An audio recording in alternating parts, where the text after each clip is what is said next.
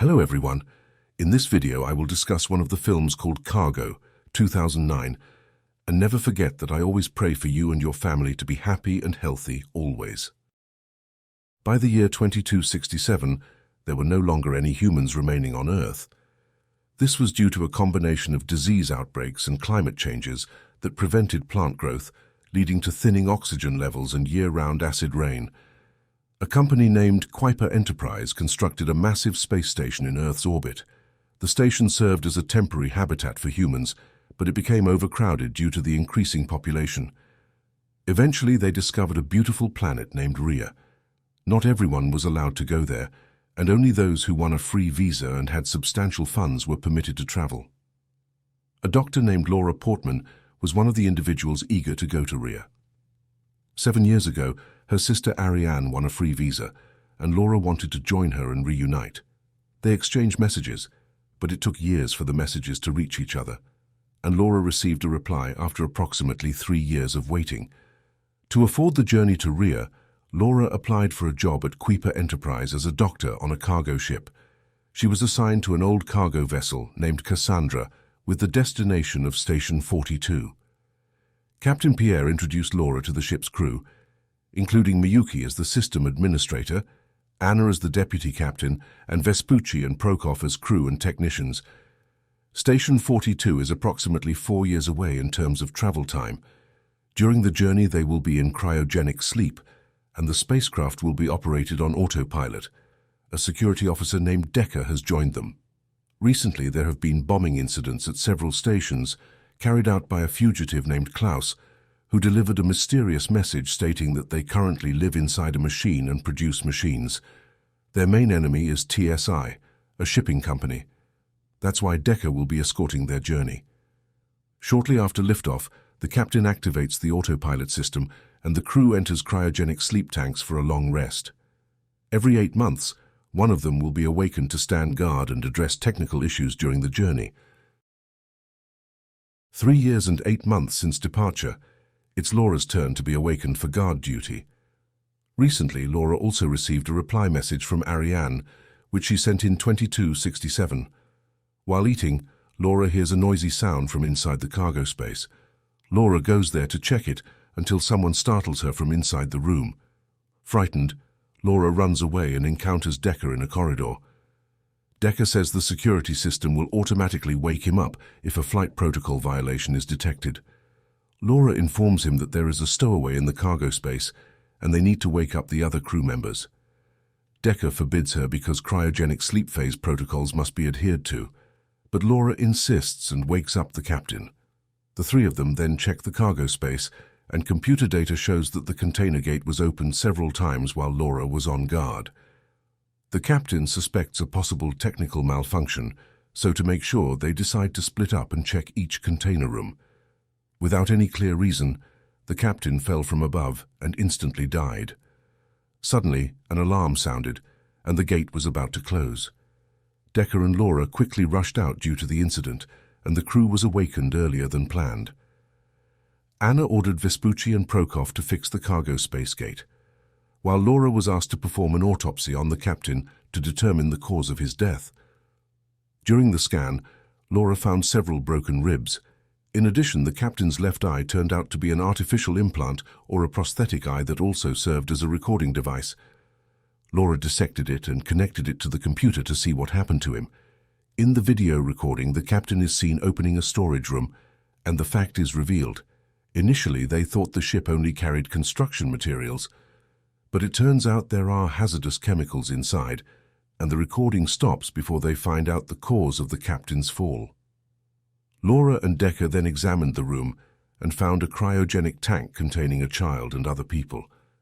Decker then asked Vespucci and Prokop to help bring the child, but suddenly the containers moved irregularly, separating them. After the containers stopped moving, they brought the tank to the medical room. Anna was informed that their cargo load is humans, and there are thousands of people in there. Strangely, someone intentionally moved the containers to harm them. Anna said that the containers would automatically shift to prevent freezing, which is why they were initially prohibited from approaching the cargo. Laura then examined the child, but she struggled because the tank could not be penetrated by the scanning tool, and it took time to decrypt its system. Laura then asked Decker what Station 42 actually is, and Decker replied that it is an unmanned station that will be turned into a transportation hub.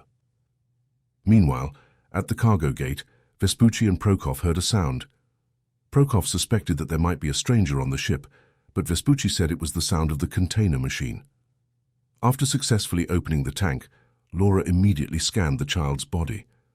Laura noticed there was inorganic tissue in the child's brain. It seemed the object was intentionally implanted in the body. Decker then mentioned that he had seen a similar connector before, a type of virtual reality connector. The connector appeared to have perfectly integrated into the child's body, and Decker asked Laura to keep this discovery confidential. Laura then sent a message to Ariane describing the current situation. Laura was unsure about what would happen in the future. She only hoped everything would be fine and that she could reunite with her sister soon. 20 minutes after sending the message, Laura immediately received a reply. Ariane expressed concern for Laura's current situation and hoped everything would be okay. Laura was surprised because the reply came much sooner than expected, around 3 years earlier. Laura then informed Decker that the response from Ariane was quick, and Decker seemed casual, as if he were keeping a secret. In the control room, Miyuki reported to Anna that computer data showed Decker had accessed the cargo space multiple times. Due to these suspicious actions, Anna ordered Vespucci and Prokop to put him into cryogenic sleep. It was better to put him to sleep than let him cause chaos. Decker tried to resist and caused his forehead to bleed. Before entering the tank, the wound had to be dried to avoid contaminating the cooling fluid. In the treatment room, Decker revealed a secret to Laura. The ship Cassandra was currently heading to Rhea. Their destination was close, which meant Laura and Ariane could exchange messages in a short time. After putting Decker into his sleep tank, Laura met Miyuki and asked where they were going. Miyuki didn't know if Cassandra was heading to Station 42 or not because the location coordinates were locked by the system, and Anna was the only one with access. Laura informed Miyuki that she and her sister exchanged messages in just 20 minutes. Earlier, Decker also said that Cassandra would soon reach Rhea, allowing them to exchange messages quickly. If this was true, then Anna lied by changing the ship's destination coordinates. Miyuki then said she would try to find out their current location. After taking a break, Laura went to Miyuki's room but found her dead, hanging. The crew suspected Decker was the culprit since his cryogenic tank was empty. Someone must have awakened him, confirming the presence of a stowaway on the ship. The crew scattered to find Decker and the stowaway. Laura and Vespucci heard sounds from the air ducts, suspecting it to be the hiding place of the stowaway. Inside the ducts, they found a large room with remnants of trash and someone's belongings. Suddenly, a man attacked Laura from behind, but a mysterious figure shot the assailant and disappeared. The stowaway was Klaus, the fugitive responsible for the station bombings. In Klaus's luggage, Laura found documentation from his time on Earth. She also watched a video recording of Klaus and Decker in a greenhouse, a place protecting the land and plants from acid rain. They successfully purified water, evidence that Earth was slowly returning to normal. Suddenly, Vespucci tried to open the door, announcing that Decker had been captured. The one who shot Klaus turned out to be Decker. Despite their acquaintance, Decker had to do it after Klaus attacked Laura, killed the captain, and Miyuki. Laura's discoveries about Earth made them realize that Kuiper Enterprise and the government had been lying. Why weren't they sent back to Earth to rebuild civilization? Anna then ordered Vespucci to put Decker back into cryogenic sleep and instructed Laura to return the child to the cargo hold. Laura was also ordered to re-enter her cryogenic tank, as all issues had been resolved. Anna would take over the watch duties before they returned to the main station. Laura grew suspicious, thinking there was something Anna was hiding. She intended to attack Anna, but was anticipated by Anna. Before returning Decker to his cryogenic tank, Vespucci asked what he knew about Rhea and whether they were really heading there. Decker then explained what he knew. Anna informed Laura that they were indeed heading to Station 42, which orbited a planet named RH-278, and that planet was Rhea. The colonization efforts on Rhea had failed from the beginning due to mistakes, leading to the construction of a simulation station, Station 42. The inhabitants were placed in cryogenic tanks, and their subconscious minds were awakened. They lived in a beautiful virtual world, as if in a heavenly paradise on Rhea. Moreover, the technology in the virtual world allowed interaction through antennas emitting transmission waves. Therefore, all transmissions from Rhea's inhabitants, including Ariane, originated from Station 42. The cargo they carried was people who had paid to go to Rhea without knowing they had been deceived. Anna also mentioned that these conditions were temporary, as they continued to search for a new habitable planet, with Kuiper Enterprise guaranteeing their survival. Suddenly, Vespucci and Prokop appeared, pointing their weapons at Anna. They were angry about the lies she had fabricated and decided to put her into cryogenic sleep. After learning about Rhea, Vespucci and Prokop chose to enter simulation mode, preferring to live in a virtual world where they could have anything they wanted without the hardships of the real world. In the medical room, Laura considered sedating the child, unsure if the child would survive if returned to the cargo hold. The entire crew gathered to discuss their plan upon reaching Station 42. Decker would search for Ariane's cryogenic tank, while Laura would locate the simulation connector to connect with Ariane. In that location, Laura would send a message to the main station containing the truth about Rhea. After sending the message, they would destroy the transmission antenna. Even without the antenna, the station would still function, and people would continue living in the simulation, unable to send messages. Decker then informed Laura of one crucial detail. There were millions of people inside the station, including Ariane. If Laura found Ariane's tank, he couldn't guarantee her condition would be good, as Ariane had been in a deep sleep and living in simulation mode for too long. Waking her up might even prove fatal. Meanwhile, the cargo inside the ship would be automatically transferred to the station. They had to act quickly because, once the unloading process was complete, Cassandra would automatically take off. Upon their arrival, Decker and Laura prepared to exit the station. Decker handed Laura a simulation device, and suddenly, the previously awakened child appeared. Laura then took the child to a room and asked him to wait. Meanwhile, Vespucci and Prokop went to the cargo hold as planned. They intended to enter the simulation world, but the cargo hold couldn't be opened because Anna had blocked access. Vespucci reluctantly returned to retrieve the key from Anna's pocket. Unaware that his actions caused contamination, Vespucci triggered the system to automatically wake Anna. After obtaining the key, Vespucci and Prokop entered the cargo hold. Outside the station, Decker set explosives on the transmission antenna.